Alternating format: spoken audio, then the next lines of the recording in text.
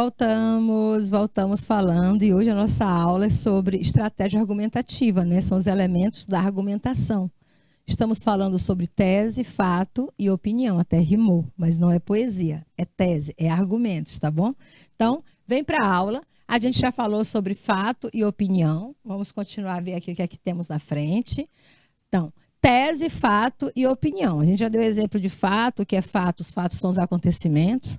A opinião é aquilo que eu penso com relação ao fato, tá bom? E agora vamos falar sobre tese. Então, bora construir nossa tese? O que é uma tese, professora? Comigo. Tese. A palavra tese vem do grego, que é chamado teses, né? Opa, pegando a caneta e voltando. Então, a palavra tese, ela vem do grego, que diz teses. Isso significa uma proposição intelectual. Olha só, proposição é uma proposta, né? Uma proposta intelectual. Ou seja, é um produto da nossa inteligência. A nossa tese é um produto da nossa inteligência. A tese é um produto de quem é inteligente. Pessoas inteligentes formam teorias, né? Teorias da conspiração. Por proposição, entendemos aquilo que se busca alcançar. A proposta, né, gente? Os objetivos, os intuitos, a finalidade. Logo, é fácil afirmar agora que se um texto argumentativo não tiver uma tese, se um texto argumentativo, que é um texto de opinião, não tiver uma tese, esse texto não vai ter sua função cumprida. Você está fazendo um texto argumentativo e não escreve sua opinião sobre o fato? Não consegue formar o seu posicionamento crítico diante daquele fato? Então, uma vez que o autor não apresentará a sua intenção, o seu posicionamento com relação ao que foi apresentado para discussão. A gente traz uma proposta sobre feminismo, e você escreve um texto inteiro sobre feminismo, mas não se posiciona. Não cria a sua teoria. Qual é a tua teoria sobre feminismo? Ora, tem um pessoal que diz aí que feminismo é mimimi, é mulher que chora demais. Tem gente que diz que feminismo é a mesma coisa de machismo. Só que o machismo é do homem e o feminismo é da mulher. Não, gente, o machismo é um comportamento agressivo, arrogante e impositivo do homem na vida da mulher. O feminismo é um movimento que busca a equiparação, a equidade e a equidade dos sexos. Não é isso? Quando eu falo, não é igualdade. Igualdade a gente já tem, nós já somos, homens e mulheres são iguais perante a nossa Constituição. Igualdade nós já temos. A gente quer equidade, tratamentos iguais. Por que é que... Eu vou dar um exemplo bem polêmico aqui para vocês, né? Mas é um exemplo. Por exemplo, por que é que homem pode banhar na praia só de sunga e mulher não pode banhar na praia só com o biquíni, só com a parte de baixo do biquíni?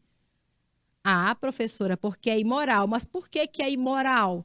Porque algum homem, né, na mente do homem, aquilo é um ato imoral. Quem criou essa moral, com certeza, foi um homem, certo? Se você tem a ideia, havia período que as pessoas diziam que mulher não podia andar de bicicleta porque perdia virgindade. Imagina que absurdo. Olha a teoria que tinham naquele tempo. Mulher não pode andar de bicicleta, senão ela perde a virgindade. Que absurdo, gente. Que horror, que terrível. Tá bom? Então, tem algumas teses que são totalmente machistas, que colocam a mulher como produto, mulher como manipulação, como inferior ao homem. A mulher vem da costela do Adão. Costela é carne de terceira, é carne ruim, gente. Que é isso? Então, a gente tem que contestar, repensar algumas afirmações sobre mulher. O movimento feminista, ele traz isso, tá? Ele faz você se posicionar da tua importância, o lugar da mulher onde ela quiser. Quem diz que mulher não pode ser caminhoneira, que mulher não pode ser jogadora de futebol, que mulher não pode dirigir uma empresa, que mulher não pode ser presidente do Brasil? Quem disse que não pode? Claro que a gente pode. Pode e deve. O lugar da mulher é onde ela quiser. Então, se posicionar sobre um tema é exatamente dizer o que você pensa, de que lado você está. Se você estiver do lado contrário, não tem problema nenhum. O importante é que você saiba segurar os seus argumentos. Se você tiver fatos o suficiente para segurar a sua argumentação, você pode ficar do lado que você quiser do assunto, contra ou a favor, tá bom? Então, se você não tem uma opinião, quem é você mesmo? Quem é você no mundo, hein? Não tem aquela pergunta? Quem é você no mundo? Se você não tem uma opinião sobre um determinado assunto, isso quer dizer que você não participa, você não é ativa, você não pertence ao mundo. É isso que a gente chama de alienação. A alienação não é somente dizer, a pessoa é doida. Não, a alienação não é o doido. Alienado é aquele que vive no mundo da lua, tá bom? É a pessoa que não tem noção da realidade. Você traz um tema, um assunto para ser falado e a pessoa não sabe do que está se falando. O alienado é aquele que não vive a realidade que a gente vive. Não tem conhecimento dos fatos, tá bom? O alienado, ele acredita em tudo que se fala. É o famoso Maria vai com as outras. Por que ele é o Maria vai com as outras? Porque ele não consegue formar sua própria opinião. Ele não consegue defender a sua opinião, então é mais fácil seguir a opinião dos outros. Dizer que a opinião do outro... eu concordo com o que o fulano disse. Uma vez houve um debate na minha sala de aula, né? E uma aluna falou sobre o assunto, e aí eu pedi que os outros falassem. Todos os outros diziam assim, olha, eu concordo com tudo que a fulana disse. Eu também concordo com o que ela disse. Mas ninguém... Sim, eu não quero que você concorde, eu quero que você diga a sua opinião. Que você forme o seu pensamento, a sua ideia, o seu posicionamento crítico. Não é possível que em cima do que o aluno falou, você não possa contribuir com alguma coisa, tá bom? Então, esses que concordam com tudo que foi dito, assinam embaixo, como ele diz, olha, eu assino embaixo, Maria vai com as outras. Você tem que ter o seu próprio posicionamento, tá bom? Portanto, se você não elaborou uma tese, você está lá diante do texto argumentativo e não fez uma tese, você não produzirá de forma satisfatória um texto argumentativo. Sem tese, não tem texto argumentativo. E o que é a tese? É a teoria que eu faço com relação ao assunto que me foi colocado.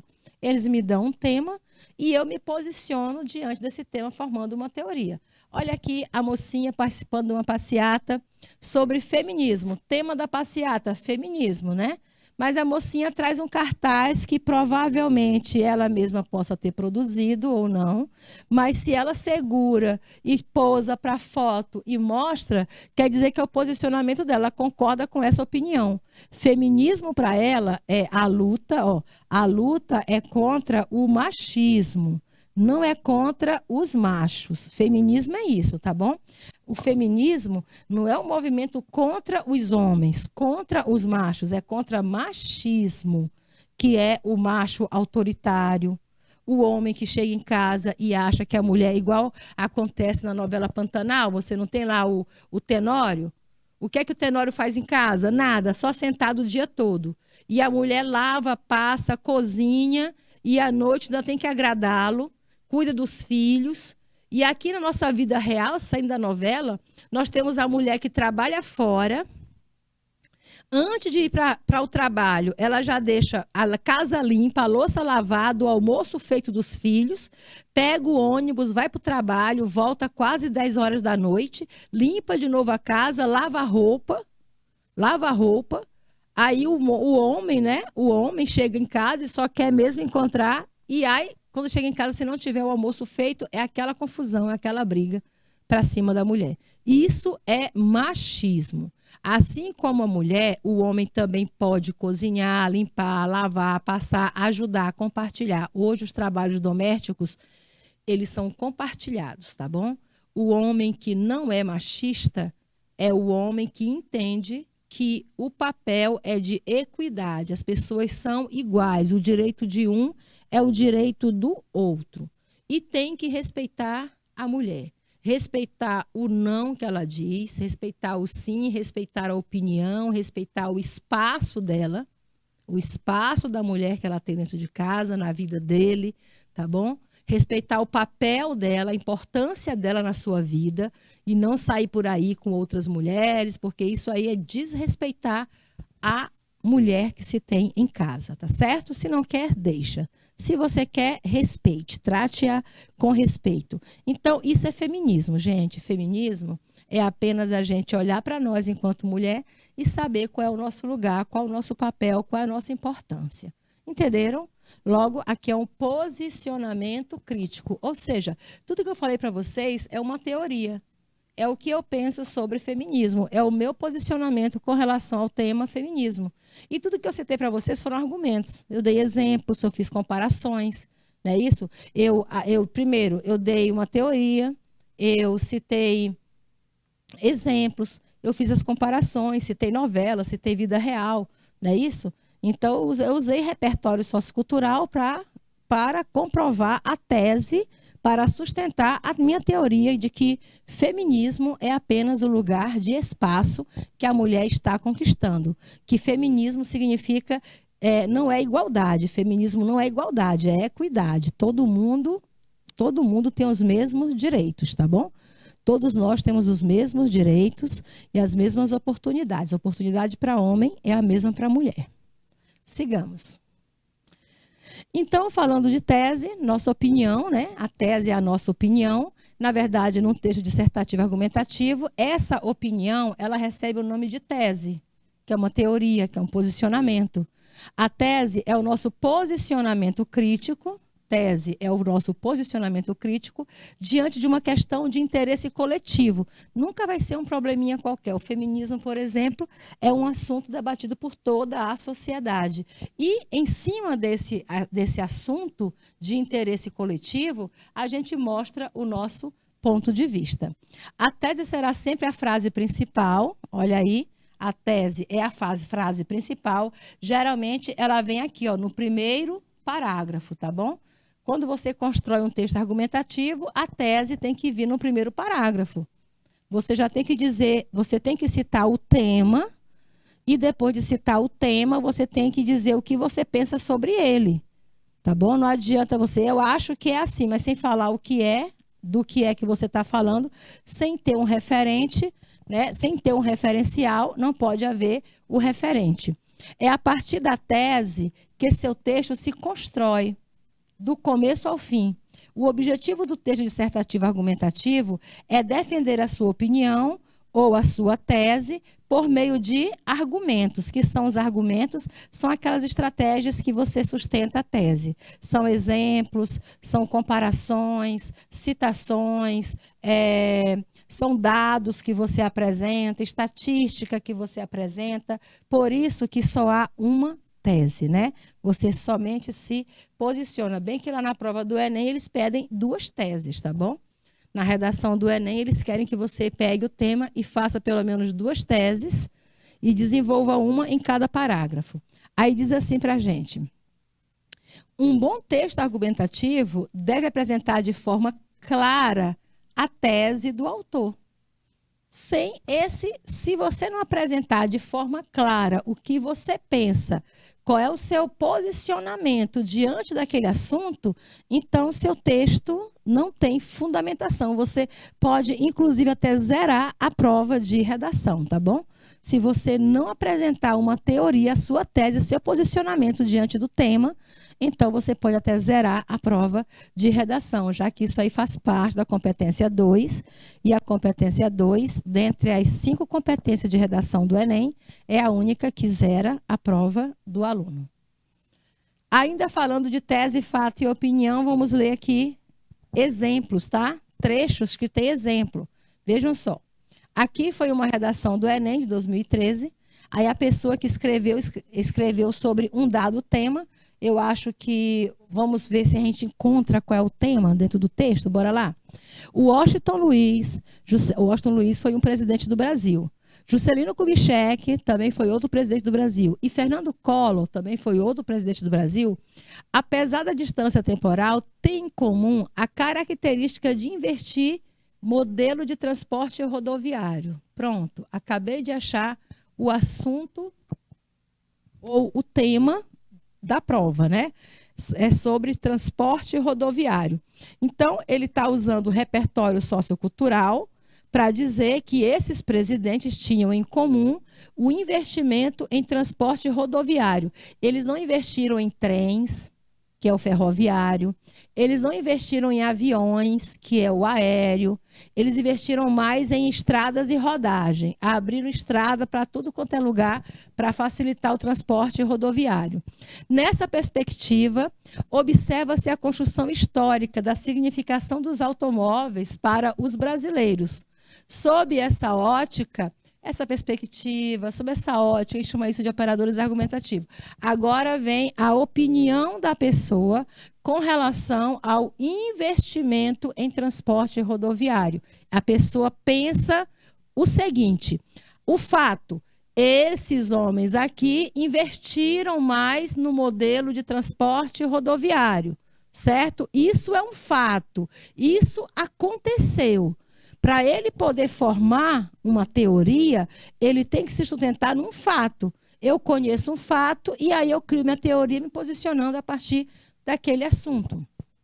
Aí ele diz, sob essa ótica, há a valorização do rodoviarismo de forma cultural. É uma cultura do brasileiro, né? Valorizar o transporte rodoviário. Ônibus, caminhões, veículos de transporte. Porém, essa escolha, ao associar-se ao álcool e a outros entorpecentes, faz com que haja um problema alarmante socialmente, a imprudência no trânsito. Olha, ele deixou a cereja do bolo para o final.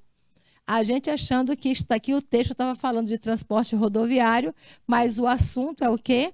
Imprudência no trânsito. E o que foi que ele disse? Ele disse que a imprudência no trânsito ocorre, a opinião dele, né?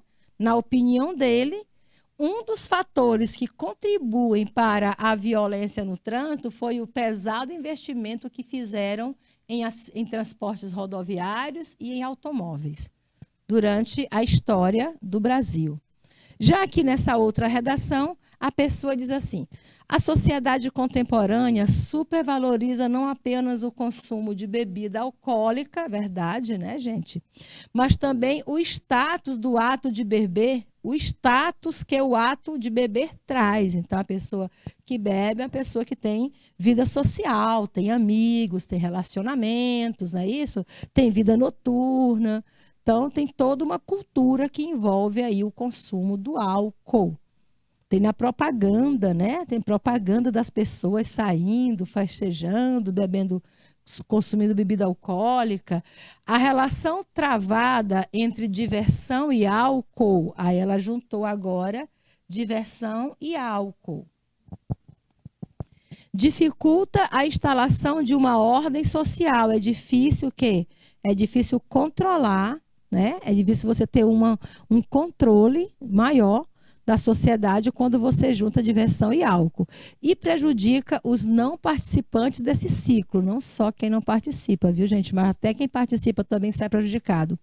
Entra em cena o Estado em seu intrínseco poder observado na forma da lei seca. Aí o Estado vem e cria a lei seca. É proibido dirigir alcoolizado. E só o que a gente vê aí é a pessoa alcoolizada, comete acidente, passou até no Fantástico agora, vocês viram, né? Nesse domingo, um influencer, um modelo, influenciador, vinha a mais de 200 por hora numa moto, atropelou um adolescente na praia do Rio de Janeiro e matou a criança na hora. A obediência da maioria, agora em azul, é a opinião que a pessoa tem sobre consumo de bebidas alcoólicas, diversão, álcool e lei seca. Ela diz o seguinte: a obediência da maioria, a maioria das pessoas obedecem à lei seca. É isso que ela quer dizer. A obediência da maioria é justificada pelo temor à pena, temor pela penalidade, né, prisão, ou pelo aumento da consciência social. Ela pergunta: as pessoas obedecem mais à lei seca, ou seja, não dirigem depois de beber. Como é que diz a propaganda? Se beber, não dirija. Se dirigir, não beba. Não é isso? Então, ela pergunta: a obediência da maioria é justificada pelo temor à pena ou pelo aumento da consciência social? O efeito foi passageiro ou duradouro? ela constrói a opinião dela em cima de perguntas, né, de questionamentos, perguntando, e então, o que aconteceu? As pessoas estão obedecendo a lei seca por quê? Porque tem medo de pagar a pena, que vai desde multa, apreensão da carteira, apreensão do veículo, pontos na carteira, né, isso, cancelamento da carteira, e pode chegar até mesmo à prisão. Então, foi pela pena ou pelo aumento de consciência? Vocês acham que as pessoas têm mais consciência social quando elas resolvem beber e não dirigir? Ou se dirigir e não beber? Olha o que eu vejo aí de carros parados em porta de festa. Queridos, se você passa diante de uma festa e está cheio de motos e de carro, isso quer dizer que as pessoas que estão lá dentro estão consumindo álcool e vão todos sair e dirigir motos e carros bêbados, tá bom? O correto era nem ter estacionamento em porta de boates de festas. Tem uma boate aqui em Teresina que ela não tem estacionamento. Tem uma boate aqui em Teresina, eu já fui, e eu disse, oxe, mas essa boate não tem estacionamento? É para desestimular as pessoas de irem de carro para lá. Quem vai para lá tem que ir de outra forma, táxi, Uber, mototáxi, né? Isso, vai de carona com alguém, mas para não dirigir, porque vai beber. Quem bebe não deve dirigir. Então, se você passa diante de uma boate, de uma festa, tá cheio de carro e de moto, você observa, você já tem uma certeza de quantas pessoas embriagadas vão sair dali e dirigir após aquele evento, tá bom? Sigamos. Opinião, a gente pode mudar. Opinião se muda. É igual aquele balão, né? A gente solta. Se o vento bater para um lado, ele vai, bater para o outro, ele vem para o outro. A gente muda de opinião. Por exemplo, lá no início de 2019, quando surgiu a Covid-19, muitas pessoas, eu estou falando de muitas pessoas, incluindo muitos brasileiros, diziam que a Covid era só uma gripezinha. Estou falando que essa opinião, eu ouvi de muitas, eu ouvi isso até de professores, né? Colegas professores, tá bom, da área, dizia que não, isso é só uma gripezinha, depois que o organismo se acostumar, pronto, vai ser só uma gripezinha. E o que aconteceu? Então, isso aqui era a opinião, digamos, em 2019 diziam que era só uma gripezinha, né? E o que aconteceu? Mas a gente pode mudar a opinião. O que nós não podemos mudar são os fatos. Os acontecimentos não se mudam. Está aqui o painel do Olhar Digital, matéria publicada agora em maio de 2022. Olha o que dizia aqui, coronavírus, sabe aquela gripezinha? Coronavírus? Número real de mortes por Covid-19 no mundo pode ser próximo de 15 milhões. Quem diz isso é a OMS. Pode ter matado 15 milhões de pessoas no mundo até maio de 2022. A gripezinha, vocês já viram gripezinha matar aproximadamente 15 milhões de pessoas no mundo? Então, aí a gente vai ler trechos dessa matéria, tá bom? Um trechinho aqui da matéria para a gente entender. Número real de mortes por Covid no mundo pode ser próximo de 15 milhões, diz OMS. Aqui é o título, essa aqui é a parte do texto que você chama de título. Ele geralmente, como é uma matéria, né, uma reportagem, ele vem assim em negrito, destacado, tá bom? Não tem pontuação, e pode utilizar a sigla, porque dentro do texto vai se explicar o que significa a sigla. E já começa dizendo, olha, a Organização Mundial de Saúde, OMS, aí tu aprende o que é OMS. A Organização Mundial de Saúde, olha aqui a opinião dessa organização. Estima que, quando você fala estima, quer dizer acredita, acha, eu acho, eu acredito, não é isso? Estima que o número de mortes por Covid-19 no mundo seja muito maior do que o registrado oficialmente. Essa é a opinião da Organização Mundial de Saúde. Ela acha que o número de mortos por Covid é maior do que o que foi registrado oficialmente. É maior do que o que diz o número oficial. Agora, no período seguinte, ele vai o quê? Dizer, ele vai explicar essa teoria. A teoria foi feita, né? A teoria é essa. É que morreu mais gente do que o número oficial que está registrado. Então, aí ele vai ter que dizer por que ele pensa isso. Não adianta você dar uma opinião, olha, eu acho que morreram mais de 15 milhões de pessoas no mundo de Covid. Mas por que você pensa isso, OMS? O que é que te leva a pensar isso? Não, é porque é assim, é porque eu acho. Porque sim. Porque sim não é argumento. Argumento é fato. Depois que você emite uma opinião, você passa para os fatos. Comprove. Comprove a sua opinião. Se você não fundamentar, a sua opinião não tem validade. Sua tese não é válida. Para validar a tese, tem que apresentar dados. Tá bom? Tem que apresentar estratégia argumentativa, uma citação de autoridade, exemplos, comparações, dados. Aí ela diz, isso se deve, ou seja, essa opinião aí se deve por conta de dados que foram subestimados em muitos países. Os países subestimaram os dados. Dados, sabe o que são dados? Números, estatística.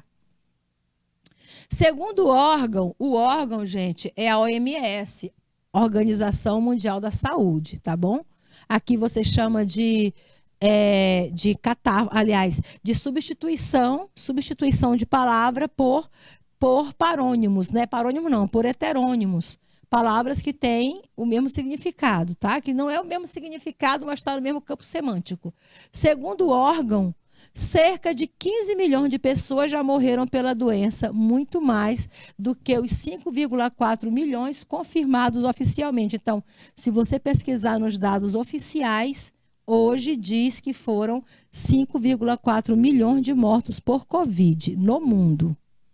No mundo. A OMS está questionando. A OMS diz que foram aproximadamente 15 milhões. Mas para ela poder dar essa opinião, para ela fazer essa teoria, ela não vai criar uma teoria do nada. Para ela criar a teoria de que foram aproximadamente, cerca, né, gente? Olha, cerca de quer dizer aproximadamente 15 milhões que morreram de Covid e não apenas 5,4 milhões, ela tem alguma informação para dar. Ela tem alguma base para sustentar essa teoria. Senão, ela vai ficar desacreditada. Senão, ninguém mais vai acreditar no que diz a Organização Mundial de Saúde. Olha o cálculo da OMS, por que ela chegou a esses 15 milhões? Olha o cálculo que ela fez. Aqui são fatos, fatos que vão comprovar a tese. Aqui é a tese. Morreram mais de 4,5 milhões. Morreram quase 15 milhões de pessoas de Covid no mundo. O que é que me comprova isso? Qual é o fato que eu tenho? Ela diz, o cálculo da OMS se baseia em uma taxa batizada quer dizer denominada, né? Batizada é uma palavra que a gente chama que está no sentido conotativo. Tu não vai achar que realmente pegaram a palavra e levaram na igreja e fizeram o batismo, não. Sentido conotativo, quer dizer denominado. Se baseia em uma taxa denominada de excesso de mortes. Eles fizeram uma taxa chamada de excesso de mortes. Basicamente, o que é que o órgão faz? Ele pega a média de mortes anual, digamos que Teresina é uma cidade em que anualmente se morre por volta, né, de 7 mil pessoas ao ano. Eu estou subestimando esse número, é muito mais. Mas digamos que Teresina seja uma cidade em que se morre, em média, 7 mil pessoas por ano. Isso até 2019. Morria 6 mil, 7 mil, 8 mil, nessa faixa. Em 2020, morreram 40 mil pessoas em 2020. 40 mil pessoas. Ora, como é que antes da pandemia morria, né, de 6, 7, 8 mil pessoas, e no ano da pandemia aumentou para 40 mil? Qual foi o evento que causou esse número absurdo de aumento de mortes? Aí é esse o parâmetro da OMS. É isso que ela chama de excesso de morte. Como é que morria antes 7 mil e no ano da pandemia morreu 40? Excesso, morreu mais gente. Excesso de morte. Então, esse número aqui está errado. Ela está se baseando nos excessos de morte que morreram em cada país. Tá bom? E contabiliza quantas pessoas morreram a mais em um determinado local, utilizando como parâmetro dados colhidos de antes da pandemia. Antes da pandemia da Covid, morria 7. Em 2020, que teve Covid, morreu 40 mil, só em Teresina. Só em Teresina. Então, isso quer dizer o quê? Excesso de morte, morreu muito mais gente. Agora, qual foi o único evento catastrófico que aconteceu? Teve terremoto? Não. Teve seca? Não. Teve algum acidente ecológico, desabamentos, tal? Não. O que foi que teve realmente em 2020? Covid. Então, se em 2019 morreram 7 mil e em 2020 morreram 40 mil, isso se deve a que esse excesso de morte? Se deve à Covid. Essa é a lógica, é o pensamento, é o parâmetro que a OMS usou para afirmar que morreram, em média, 15 milhões de pessoas no mundo por Covid-19. E não somente 5,4 milhões, como dizem os dados oficiais. O órgão leva em conta ainda dados sobre falta de testagem, quantas pessoas foram enterradas sem saber se morreram por Covid, né? Em alguns países. E também problemas com registros, que não está dizendo lá qual foi a causa-mortes. Com isso, a conclusão é de que o mundo teve um número próximo de 9,5 milhões de mortes extras a mais, além daquelas que foram oficialmente confirmadas. Aí você soma 9,5 mais 5,4, você vai ter aqui 9, e aqui você vai ter 14. 14 milhões e 900 mil pessoas, ou seja, aproximadamente 15 milhões de pessoas morreram por Covid-19, tá bom? Aí ele diz assim, e que essa parte dessas mortes podem ser consideradas como causadas pela Covid-19, já que não houveram outros eventos que aumentam tanto o número de óbitos. Não teve nenhuma outra catástrofe, certo? Não tivemos tsunami, não tivemos outra catástrofe que não fosse a Covid-19. Então, é um número muito alto para dizer que essas pessoas de 7 pulou para 40 mil e para dizer que não foi por causa da Covid. Então, digamos, dos 40 mil mortos de 2020, eu posso dizer que até 7, 8 mil pessoas morreram de outros fatores. O excesso, o que sobra, foi Covid. É essa a premissa, tá bom? É essa a logística, a lógica, essa é a lógica utilizada pela OMS. E faz todo sentido, né, gente? Sigamos. Primeira questão. A Organização Mundial de Saúde, OMS, estima, olha o verbo sublinhado aí, gente, o verbo destacado, estima que o número de mortes por Covid-19 no mundo seja muito maior do que o registrado oficialmente. Isso está no texto. Esse trecho da matéria se caracteriza como, essa parte do texto é o quê, gente? É um argumento que comprova fatos, um argumento que comprova um fato. Na verdade, você faz argumentos construídos sobre fatos. A gente não usa argumento para comprovar fatos. A gente constrói argumentos sobre fatos, entendeu? Por isso que tem aquela frase, contra fatos não há argumentos. Então, eu uso fatos para criar os meus argumentos. E o que é fato? Fato é realidade. Eu tenho que sustentar a minha opinião com argumentos. E os meus argumentos são dados reais, são informações reais que eu trago para sustentar a opinião que eu estou dizendo. Logo, a letra A não tem o menor sentido. Letra B diz que esse trecho é um fato que justifica um argumento. Olha, essa é a lógica, tá bom? Na lógica, é o fato que justifica o argumento. Mas como é que eu posso ter um fato se eu digo eu acredito, eu acho, eu penso, eu considero, eu estimo? O fato, ele é real. Quando o fato é real, o fato ele é sempre real. Então, quando você fala um fato, você não diz eu acho, eu penso, eu acredito. Você diz que sim. Se fosse realmente um fato, ela diria assim, morreram aproximadamente 15 milhões de pessoas por Covid-19 no mundo. Aí seria fato. Porque está afirmando, morreram. E ele não afirma, ele fala, estima que, sugere que, acredita que, acha que. Isso não é fato. Você usa esses verbos quando você quer emitir uma opinião, tá bom?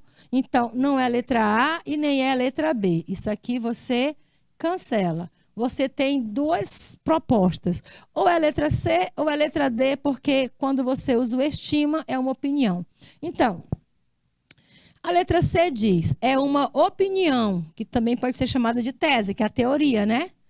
É uma opinião com relação a um fato. Qual é o fato? As mortes por Covid-19. Esse é o fato. E qual é a opinião? A opinião dela que foi, ela estima que não foram só 4,5 milhões, foram aproximadamente 15.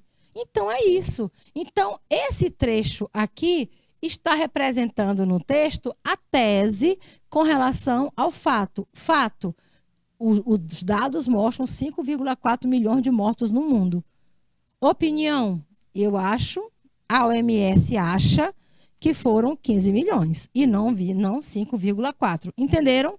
Então, essa é uma teoria. Agora, só falar a teoria não basta. Para a sua teoria ser validada, ter credibilidade e convencer as pessoas, você tem que ter argumentos sólidos construídos.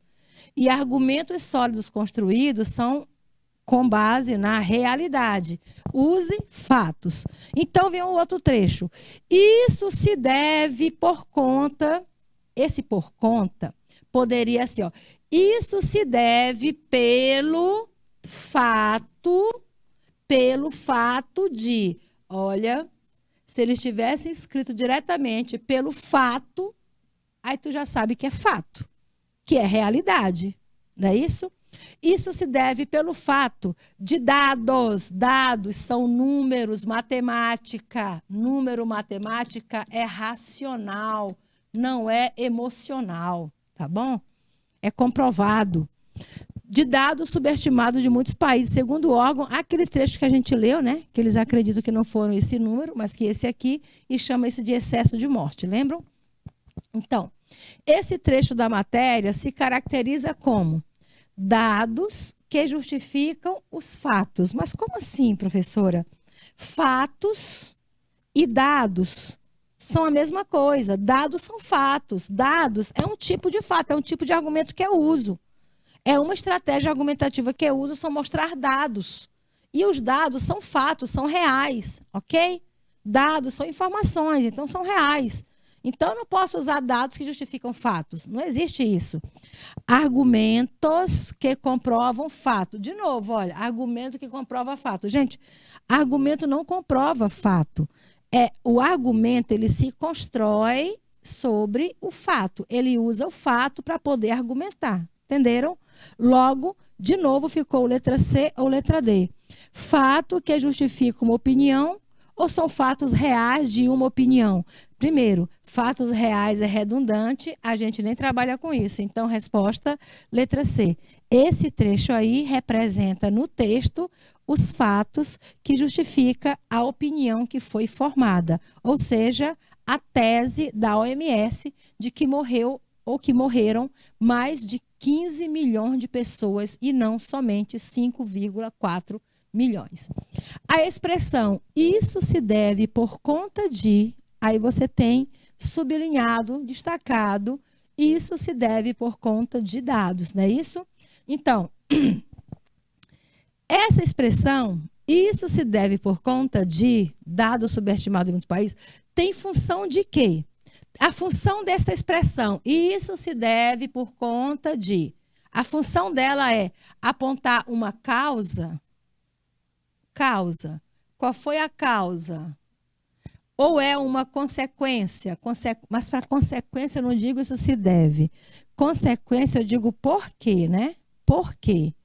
Olha, gente, eu me atrasei porque a consequência, né? Introduz uma conclusão. Não, conclusão eu uso portanto. Uma contradição eu uso porém. Porém. Portanto. Portanto. Uma consequência eu digo por causa.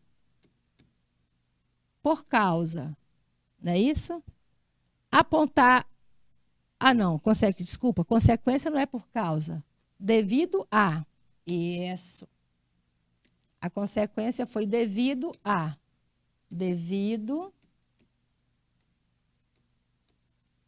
Então, qual é a resposta? Foi apontar uma causa. Não é isso? A gente usou esse operador argumentativo. Isso se deve por conta de dados, porque está apontando a causa, ou seja, o fato que sustenta o argumento de que existem mais de 15 ou aproximadamente 15 milhões de mortos de Covid até maio.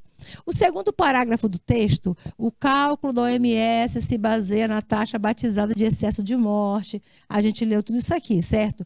Então, esse segundo parágrafo, queridos, atenção para a dica. Anotem a dica da professora. O segundo parágrafo de um texto, geralmente, é o parágrafo argumentativo. Se ele for um texto argumentativo, o segundo parágrafo são os argumentos que sustentam a tese. Argumentos que sustentam a tese. Tá bom? Então, o primeiro parágrafo é a tese. É assim que se divide o texto argumentativo. Primeiro parágrafo é a tese. Segundo parágrafo é o argumento que sustenta a tese. O terceiro parágrafo também pode ser outro argumento que sustente a tese. E o último parágrafo é a conclusão. Introdução, desenvolvimento e conclusão. Então, esse segundo parágrafo caracteriza a sustentação da tese emitida no primeiro parágrafo. Argumentos que sustentam a tese. O que é que diz aqui? A sustentação da tese emitida no primeiro parágrafo. Logo, é a nossa resposta. Viu como é fácil? Tu já sabe, o segundo parágrafo de um texto argumentativo, uma reportagem, é um texto argumentativo. O segundo parágrafo, ele é um parágrafo argumentativo. É um parágrafo de sustentação da tese que foi emitida no primeiro parágrafo. Então, olha bem aqui dentro dos meus olhos e vamos aprender o seguinte da aula de hoje, tá bom? Vamos tirar o seguinte da aula de hoje. Fato é o que acontece. Opinião é o que eu penso com relação ao fato. E tese é o que eu escrevo, é a minha opinião escrita, redigida. O primeiro parágrafo é a opinião ou a tese. O segundo parágrafo é a argumentação ou sustentação da tese. O terceiro parágrafo é a conclusão do texto, tá bom? Então, espero que tenham entendido mais sobre tese, fato e opinião. E a gente se encontra agora na aula da quinta-feira. Uma boa noite para você e até a próxima aula.